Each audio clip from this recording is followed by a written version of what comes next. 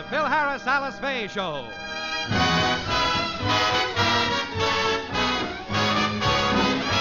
For your enjoyment, here is the Phil Harris Alice Faye Show, written by Ray Singer and Dick Chevrolet, with Elliott Lewis, Walter Tetley, Robert North, Janine Roos, Ann Whitfield, Walter Sharp and his music, yours truly, Bill Foreman, and starring Alice Faye and Phil Harris.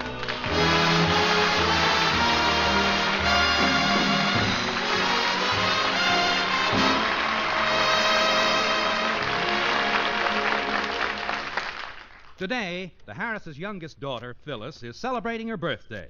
She's received a lot of presents, such as a bicycle, roller skates, a doll, and a carriage. And as we look in, she is about to open the last package, a gift from her Uncle Willie. Gee, Uncle Willie, this is beautiful. It's just what I always wanted. What is it? You don't know what this is? No. What? 30 yards of felt weather stripping for your bedroom windows. Is that what it is? I thought it was 2 miles of dental floss. You're lucky, sis. You should see what he gave me for my birthday. A Mother Goose mustache cup. Gee, Uncle Willie, you promised to buy me that toy pony, and I wanted... Now, Phyllis, you should be thankful for what you received. That's right. Now run along and play with your weather stripping.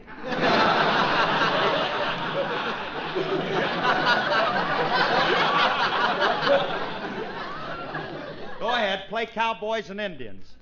With weather stripping? Yeah, use it to tie Uncle Willie to a tree, and I'll get you a bow and arrow set. Go ahead, kids. Go on outside and play, huh? Oh, gee, Alice. I'm going out and get Phyllis that electric pony. It's a great toy. You get on this thing, and then you press a button, and it goes all over the place. Oh, but, Phil, it costs $75. And besides, if you bought it today, it would be broken by tomorrow. No, it won't, honey. I'll be careful when I ride it. Oh, gee, honey, can't I get it for Phyllis so she won't be I'll get that. Man, I'd love to get her that pony.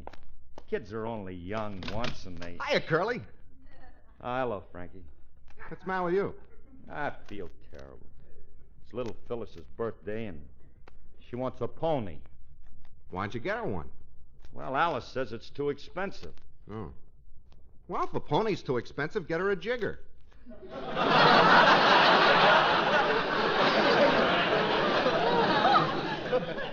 She'll never know the difference. Remley, let's break it up, huh? Now, let's don't get started, because it's no laughing matter. Come in here, get her a J. What kind of talk? I'm in trouble. Phyllis wanted a toy electric pony for her birthday, and she didn't get it, and she's very disappointed. Oh, well, she'll get over that when she sees all this stuff I bought her. I got a lot of things for her to play with. A doll, jacks, set of blocks, bottle of ready-mixed martinis. Wait a A bottle of martinis for a kid? No, that's for me to play with. I'm too old for dolls. Hello, Frankie. Hi, Alice. What are all those packages in your arms? Presents for Phyllis. Oh, here's a little something extra for her in this envelope. Go ahead, open it. Okay. Oh, gee. It's just what Phyllis always wanted. What is it, honey? A gift certificate for a tattoo job.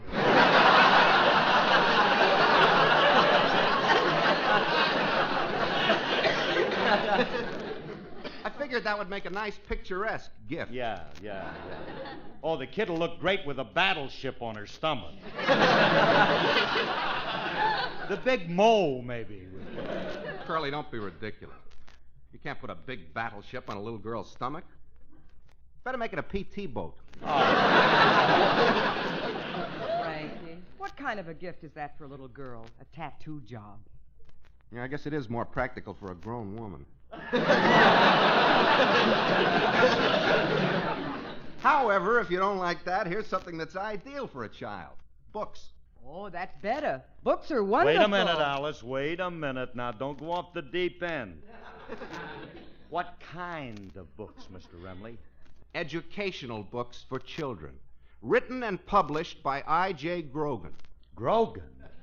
You mean I.J. Grogan, boy counterfeiter? He was a counterfeiter, but that's all behind him. He's converted his presses so he can print kids' books. I bought the whole set. They're wonderful stories to combat juvenile delinquency, and each one teaches a moral lesson. Say, that sounds good. What are the names of some of them? Well, here's one called Hansel and Gretel at Leavenworth.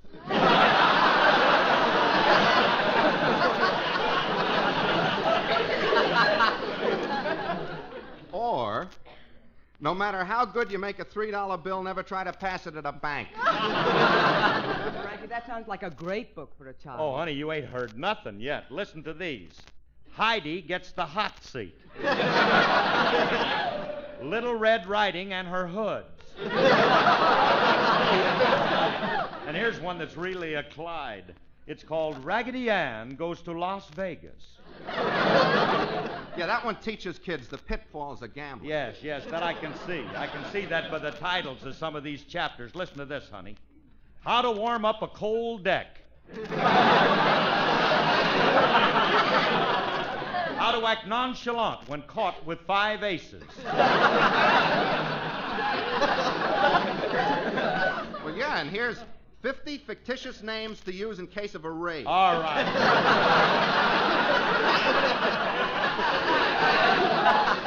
Now take these things out of here and burn them up. Remley, you do the stupidest things. I don't know what's That's a fine way to talk to me. Just for that, I got a good mind not to sing. Nobody ever asked you to sing. Nobody ever asked you to sing either, but you do it every week. I thought it might be a welcome change if I sang. Well, if anybody does any singing around here, it's going to be me. I don't know about that. Well, I can know sing just about as it. good I as can- you. Now, boys, don't argue. There's only one fair way to settle this. I'll sing. Now, see what you did?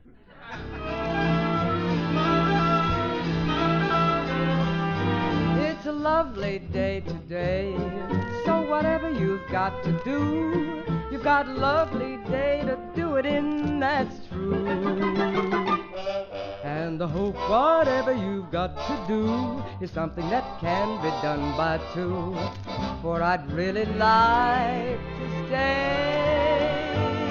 It's a lovely day today, and whatever you've got to do, I'd be so happy to be doing it with you. But if you've got something that must be done, and it can only be done by 1, there is nothing more to say, except it's a lovely day for saying it's a lovely day. It's a lovely day, no matter if it's springtime, summer, winter, or fall.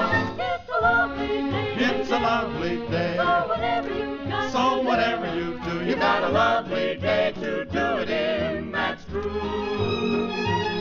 And I hope whatever you've got to do is something that can be done by 2, for I'd really like to say Out in the sunshine, it's a lovely day it's today. a lovely day. And whatever you've got to And do, whatever you I'd be so happy to be doing it with you.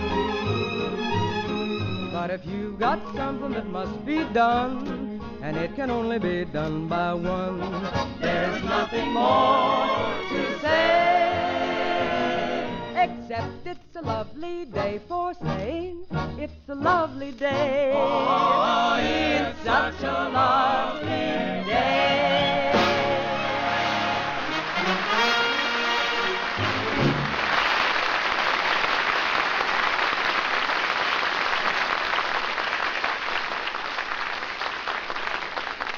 Honey, that was swell. Remley couldn't have done better.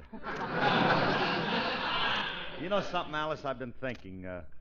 If Phyllis wants that electric pony, I'm going to go out and get it for her. After all, it's only $75. Only 70... You mean you don't mind spending $75 for a toy? No. Curly, I saw a little plaything I'd like for my birthday. Yeah, what? There's a little manicurist down the street. All right, Of course, she's not electric, but I could have her wired. Look, you're going to be quiet. Phyllis wants the pony, and I'm going down and get it for her. I want her to... Okay, if you insist. But don't be too long. I want you to stop at the bake shop and pick up a cake I ordered for Phyllis. I'll see you later, honey. All right, honey. Hey, Curly, Yeah. why spend $75 on a toy pony when you can add a few dollars to it and get a real pony? Real one, huh? Sure. Gee whiz. That's every kid's dream, isn't it? Sure. Having a real pony. Yeah, well, where are we going to get one? You leave it to me. I can take you to a place where they know all about ponies. Yeah? Let's go, huh? All right.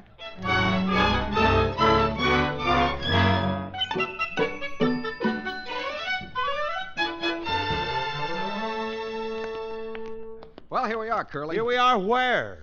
Hmm? Those aren't stables. Remley, this is an office building. There aren't any ponies here. I know that, but this guy is an expert on ponies, and he has his office here. Now, follow me. And now as they come into the stretch, it's big noise by a length. Lady Lynn coming up fast on the inside, and it's Powder Dry making a bit on the rail. And here they come across the wire, and it's Powder Dry by a nose.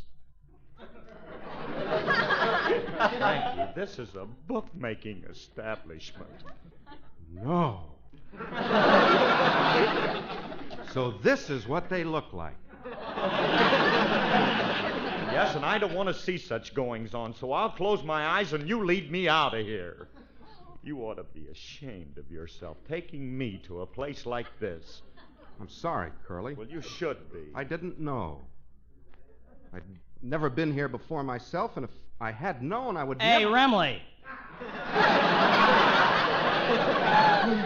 You speaking to me, sir? Yeah. That nag you bet on yesterday came in and paid 10 to 1. It did? Here's your winnings. 60 cents.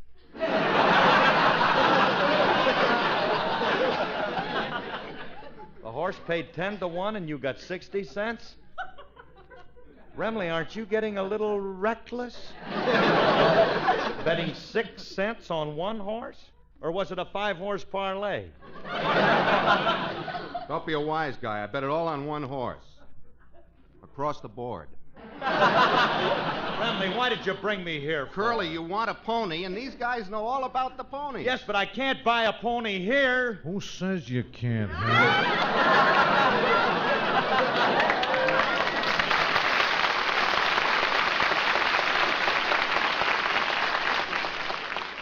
It's Grogan. Yeah.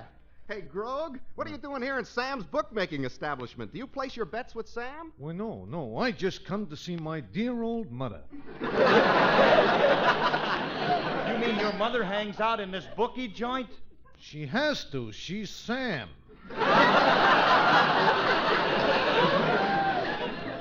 It must be nice to have a mother you can call Sam. Look, Grog, do you know where I can buy a good pony? Well, now you have come to the right man because I just happen to have a racehorse for sale. No, Grog. I don't want no racehorse. See, I just want a little pony. Now, why waste your money on a pony when for a few bucks more you can get a thoroughbred and you can race him, you can make money? Well, that's true. Grogan, is this horse of yours any good? Good, he says. Good. Hey. Look here, Clem. This nag is the biggest money maker since Citation. He is? Mm-hmm. Well, how much do you want for him? Well, would $28 be asking too much? No, I don't. No, that don't sound too high for a horse that can make $1 million in purses, huh?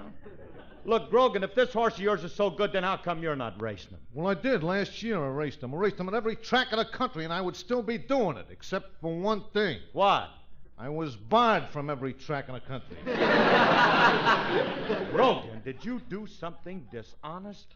Now, how can you say that? You know that I wouldn't do nothing dishonest.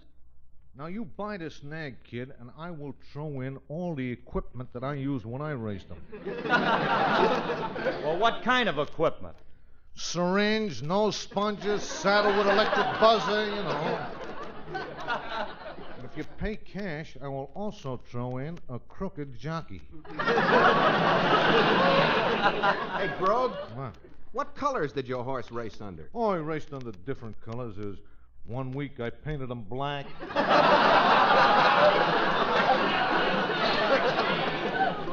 Because 1 week he was brown, and 1 week he was black and white. You know, it gave him a nice sporty look for the summer meet. Look, Grogan, I don't think I want to buy this horse. There must be something wrong with him. There's nothing wrong with him. He's the greatest piece of horse flesh you ever saw. If you don't believe me, you just take a look at this picture of me. Here. There stands the greatest handicap horse you ever saw. I defy you to find anything wrong with this horse. He's only got 3 legs. That's his handicap.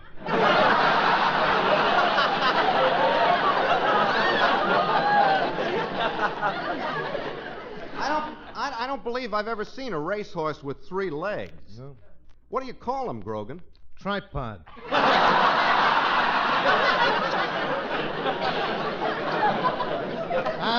Yeah. You ought to see Tripod coming down the stretch. But he only has 3 legs. How does he run? Like a camera. Look, Mr. Grogan. What? Grog, I don't want to appear difficult, but I don't cotton to this animal. You don't? Well, you think it over, Harris, because I guarantee that if you buy this horse, you will be getting the fastest thing on 2 legs. I know, but now he's got 2 legs. Well, he really has 3 if you want to count the wooden one. All right. Look, now, I don't want no racehorse. All I want is a pony for my child with 4 legs. You got a child with 4 legs? Look, if you can have a horse with 2 legs, I got a right to have a child with 4 legs. Now, do you have a pony for sale or don't you? Well, no, I ain't got no ponies. Hey, wait a minute. There is a friend of mine has got a defunct circus in Cucamonga, see? And this guy, he's breaking up the outfit, he's selling all the animals, and maybe you can pick up one of his trick ponies. Oh, yeah? Yeah. Well, thank you, Grog. Thanks a lot. Come on, Remley. Well, look, Remley.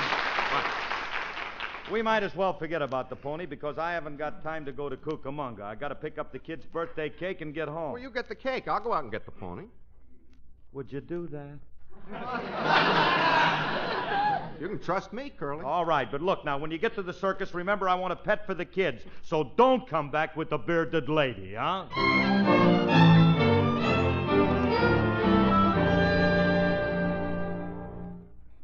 But, Phil, why are you getting a real pony? Where will we keep it? Well, we got a big place here. We can keep it in the guest room. Phil, don't be ridiculous. Besides, Mother's coming over to stay with us for a while. She'll be sleeping in the guest room. So what? It's a double bed. I don't know. Mother's not accustomed to having 4 cold feet on her back. Well, don't worry, honey. We'll find a place for her. We'll build a stable. For who, the horse or my mother? They can toss for her. Fair enough. I wish Frankie'd get here. I'm anxious to see that pony he picked out, boy. Phil, do you think you sent the right man? Oh, now, don't worry, honey. If there's one thing that Remley knows about, it's horses. He won't have any trouble picking out a good pony. Come in. Hiya, Curly. Well, my mission is completed. You got the pony, huh? Well, not exactly, but I got the closest thing to it. What did you get? A kangaroo. A kangaroo? I knew it! Oh, Remley, I told you to get a pony. Well, I didn't have any more left. I didn't want to disappoint Phyllis, so I got her a kangaroo. I got it out on the porch. I'll call Zelda in. Zelda? Yeah. Here's Zelda. Come on, Zelda. Oh, no. Phil, help! Do something! It's jumping all over the place! Remley, get that Australian hop along out of here. Oh, Frankie, stop it from jumping around. Do something! Throw her out! You throw her out. She's dangerous when she's mad. The guy said the only thing that'll calm her down is music. But we don't have any music. Then you sing to her, Curly. All right, anything to keep her quiet. Now sit down in the corner, Zelda. Sit down in the corner and listen. Now listen. Now, Uncle Philsy's gonna sing. You lucky kangaroo, you.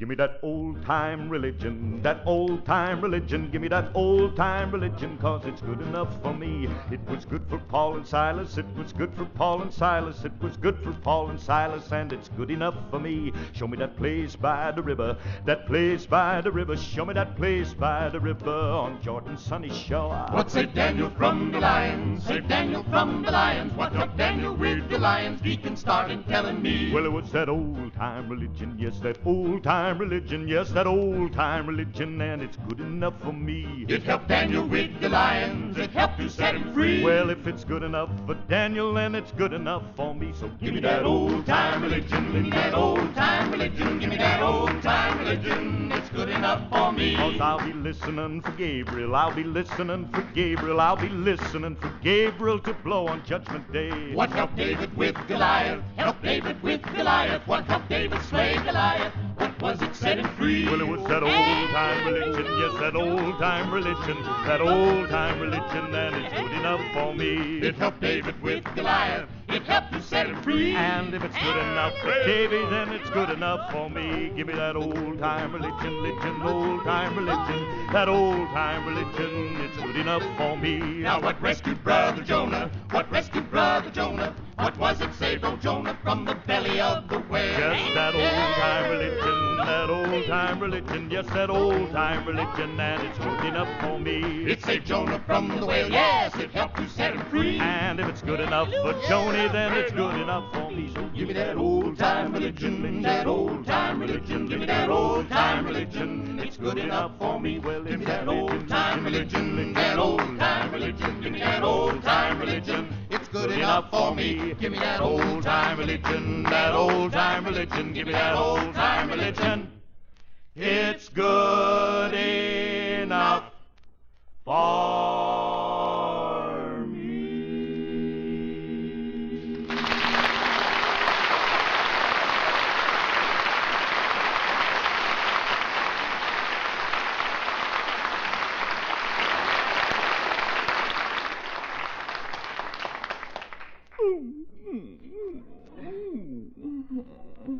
Yeah, that did it, Curly. Zelda's quiet now. Your singing did something to her. Well, it figures. She's a female, ain't she? Oh, just look at her sitting there with her little pouch quivering. And her front paws over her ears. Don't be a critic, Zell. There's one thing I can't stand, it's a wise kangaroo. Well, I'm not going to stay in the same house with that animal. I'm going upstairs, and you fellows get rid of that beast right now. All right. Now, come on, Remley. Between the two of us, we can subdue her and get her out of the house. All right. Come here, Zelda. Look out, Curly. She's kicking again. Zelda, stop horsing her. Kangarooing around. Hey, Remley, we'll have to shove her in that closet until we can get somebody to take her away. Curly, she don't want to go. We gotta put her in. Well, we'll grab her and rush her in. You grab one side, I'll grab the other. You ready? Yeah, I'm ready. 1, 2, 3. Well, we got her in the closet. Yeah, we got her in there, but now tell me something. Who are we going to get to take her out of this house? I hadn't thought of that. Who can we get that would... Anybody home? I brought the groceries.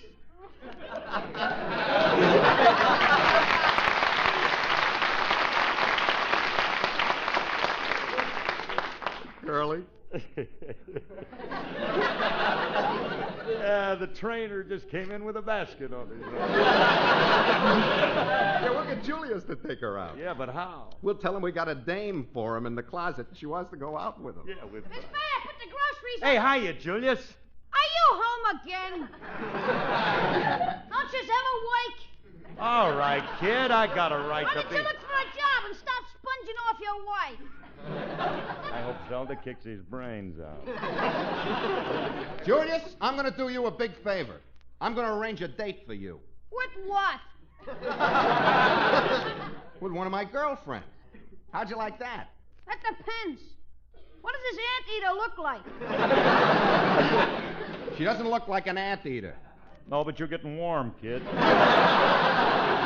Julius, look, now, I don't blame you for being suspicious of Frankie's girlfriends, but this time, man, this is a pretty one, and if you don't believe me, you just take a look for yourself. Well, that's fair enough.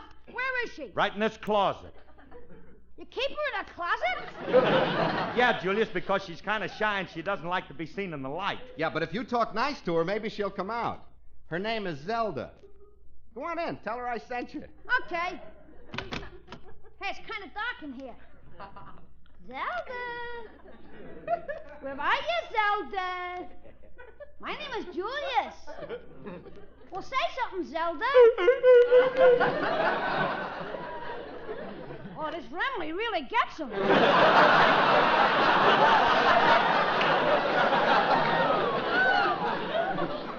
Oh, Zelda, how would you like to go out with me tonight?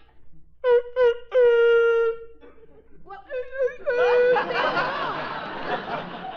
can't you turn the lights on? I'd like to see what this dame looks like. Well, Julius, grab her by the arm and bring her out here. Okay. Come on, Zelda. I want to take you out, and then we'll go out. Oh! What's the matter, Julius? She kicked me in my little belly.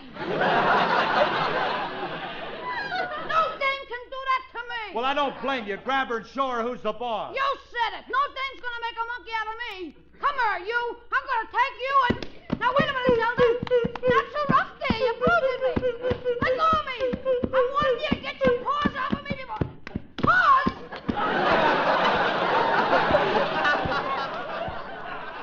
Hey, she's really got paws. Help, she's killing me. Look at her. Help, look at her. So quiet in there. What's supposed to happen? I don't know, but I can't bear to look. Well, I'll take a look. I'll turn the light on. Curly, Julius is gone. Gone? Zelda must have eaten him. Isn't that awful? Yeah, poor Zelda will have heartburn all night. You know, it's too bad Julius had to go before tasting had a call.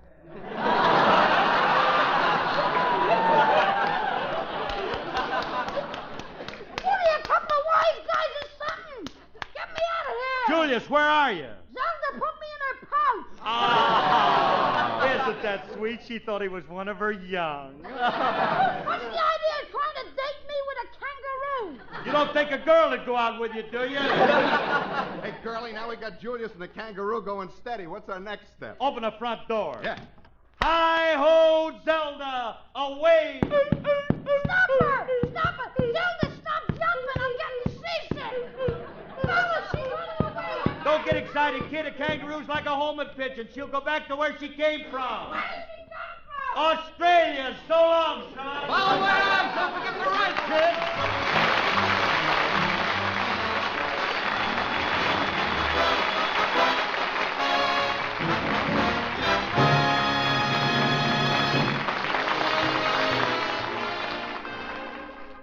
Folks, this is Phil, and I'd like to thank Bing Crosby for inviting me to his 10th annual Pro-Amateur National Golf Tournament at Del Monte this year.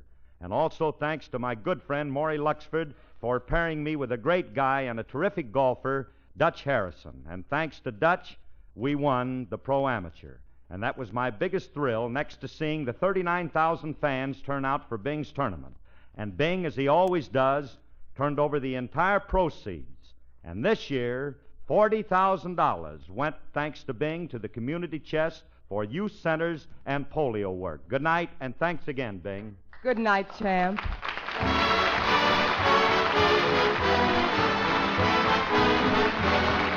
This program was produced and directed by Paul Phillips.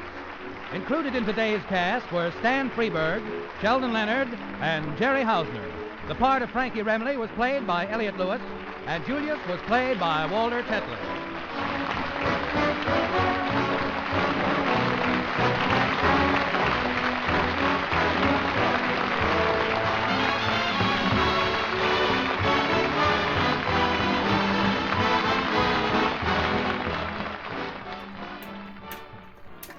Coming up, Hedda Hopper, then it's Theater Guild on NBC.